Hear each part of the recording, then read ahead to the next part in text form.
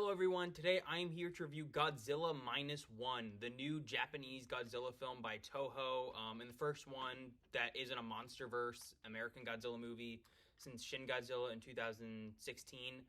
And I'm not the biggest Godzilla watcher, the only ones I've seen are the MonsterVerse films, so I haven't seen a Japanese Godzilla movie yet. This is my first time. This is also my first time seeing a subtitled movie in theaters.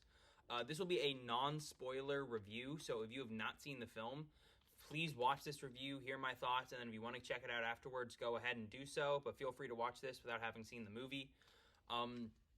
Without further ado, let's get into things. I don't have too many criticisms about the movie. Maybe one scene, the very final scene of the film, maybe takes away some of the impact of the movie, but I won't spoil that too much. And then, yeah, that's maybe the only real criticism.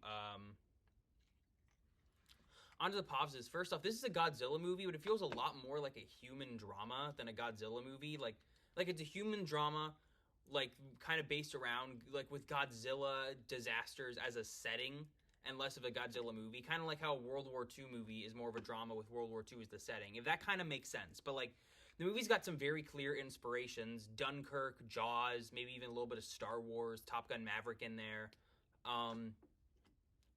And it's very compelling. Like the drama is really good, the action's really good, all the performances are phenomenal, and the human characters are genuinely really compelling, and you care about their stories. I'm sorry if I don't really remember a ton of their names, but the main character is very compelling as he deals with the story about grief, PTSD, wondering why after World War II he is alive and others cannot be, and feeling like that's like immoral of him, wrong of him, in a very beautiful story, with Godzilla kind of being a physical embodiment of that part of his life. And all the rest of the side characters are great too, with some great charisma. Like they each have their own little arcs and moments leading to a great finale. It's got a great like 3-act division all throughout, and just the morals about living, with like the movie's main message in life being live and don't ever feel like you shouldn't, is a very beautiful arc. The visuals in this movie are insane, especially with Godzilla and considering the cheaper budget. The music is really, really good, kind of touching on that classic Godzilla theme for some epic action. It's got one of the most like kind of awe-inspiring but terrifying city destruction scenes you'll see in a movie, and all build up to an epic, engaging, and heart-stopping final act that's so good.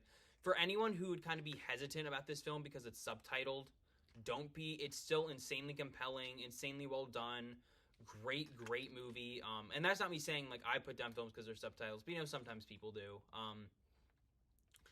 But yeah, it's a awesome Godzilla action movie with a great design and great representation of this monster, and is like the use of his powers and destruction are so cool.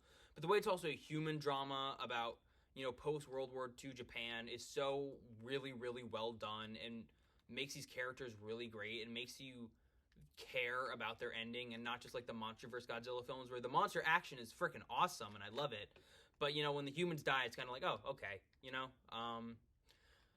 And like I said, like I've only seen the MonsterVerse films, but like Kong Skull Island is like the only one I really cared about the humans, and I like care about the humans in this one like a billion times more than that one. But I don't know, this movie's like a ton of fun. It's like an insanely well done blockbuster. This is what blockbusters should be, and it's like not just for entertainment value, but it speaks real messages, and it's so well done. But it's also just a freaking awesome Godzilla movie. And I'd give it a huge recommend. It's one of my favorites of the year, one of my favorite monster movies of all time, and I think I'd honestly give Godzilla Minus One a 9.5 out of 10. We'll have to see how I feel about that as the year goes on, but it's just a great movie that I'd be happy to watch again, and I'd recommend go seeing it. Coming up soon, next week, my reviews for Rick and Morty Season 7, Aquaman and the Lost Kingdom, Wish, Wonka, Rebel Moon, and more. So I hope you guys liked the video, and I'll see you all next week. Bye for now.